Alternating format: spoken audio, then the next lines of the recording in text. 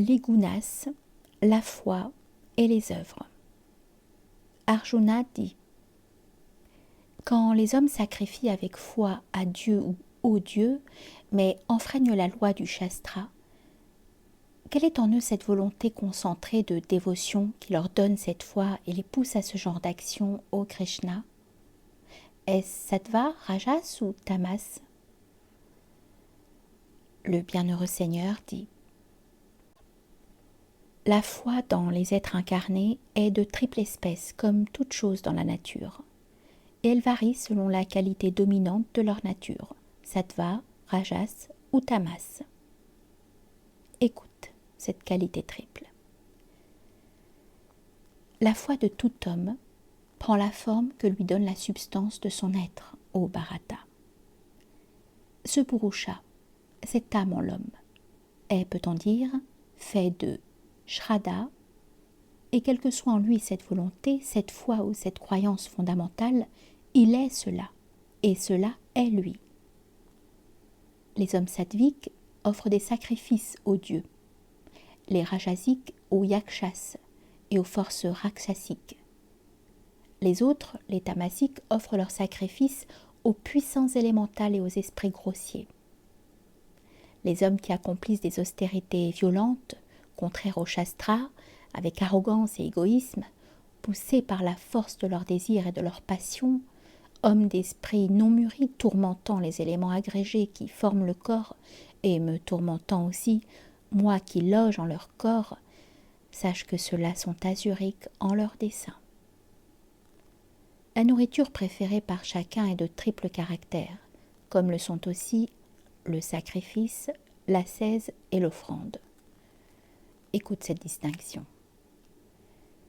Par nature, le tempérament sattvique dans le corps mental et physique se tourne vers les choses qui accroissent la vie, qui accroissent la force intérieure et extérieure, qui nourrissent à la fois la force mentale, vitale et physique, et qui accroissent le plaisir, la satisfaction et l'état de bonheur dans le mental, la vie et le corps, vers tout ce qui est succulent, doux, ferme et qui rassasie.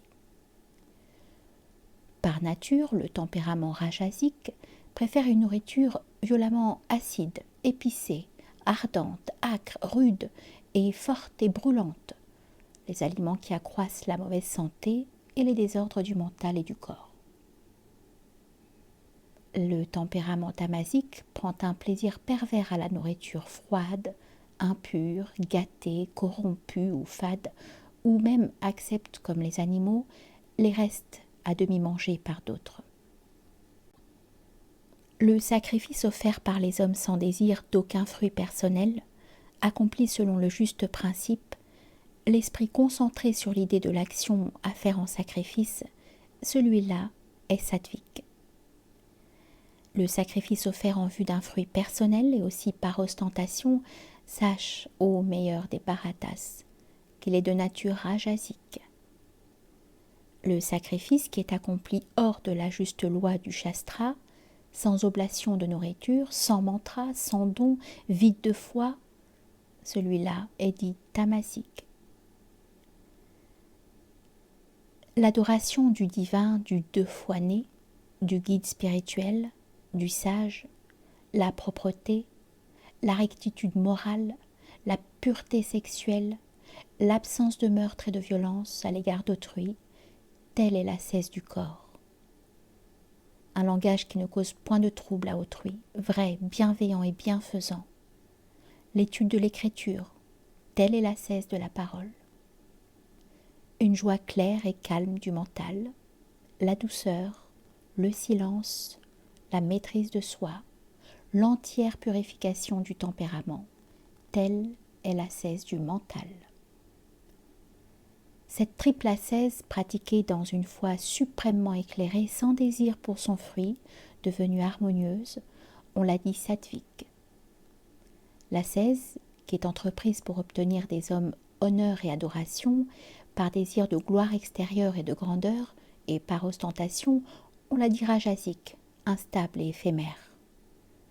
L'ascèse qu'on pratique dans un esprit brumeux et abusé, en s'imposant à soi-même effort et souffrance ou encore en concentrant son énergie en la volonté de blesser autrui, celle-là est dite tamasique.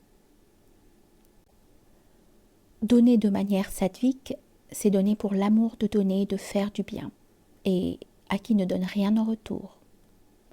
C'est donner dans de justes conditions de temps et de lieu et aux justes bénéficiaires. Donner de manière rajasique, c'est donner à regret, ou en se faisant violence, ou dans un but personnel et égoïste, ou dans l'espoir de quelque récompense. Le don tamasique est offert sans considération des conditions justes du temps, de lieu et d'objet. Il est offert sans souci des sentiments de celui qui le reçoit et qui le méprise dans le temps, même qu'il l'accepte. La formule Om, Tat, Sat est la triple définition du Brahman, par qui furent jadis créés les Brahmanas, les Védas et les sacrifices. Aussi est-ce en prononçant Om que ceux qui connaissent le Brahman commencent toujours les actes de sacrifice, d'offrande et d'ascèse tels que les prescrivent les règles. En prononçant Tat et sans désir d'aucun fruit, les chercheurs de libération accomplissent les actes variés du sacrifice, d'offrande et d'ascèse. Sat signifie bien et Sat signifie existence. De même au Partha, le mot Sat s'emploie dans le sens d'action bonne. Demeurer fermement dans le sacrifice, l'offrande et l'ascèse, faire les œuvres avec cette vision centrale comme sacrifice, comme offrande, comme ascèse, cela est Sat. Tout ce qui est accompli sans foi, que ce soit oblation, offrande, ascèse ou toute autre action, est appelé Asat au Partha. Et c'est néant dans ce monde et dans l'au-delà.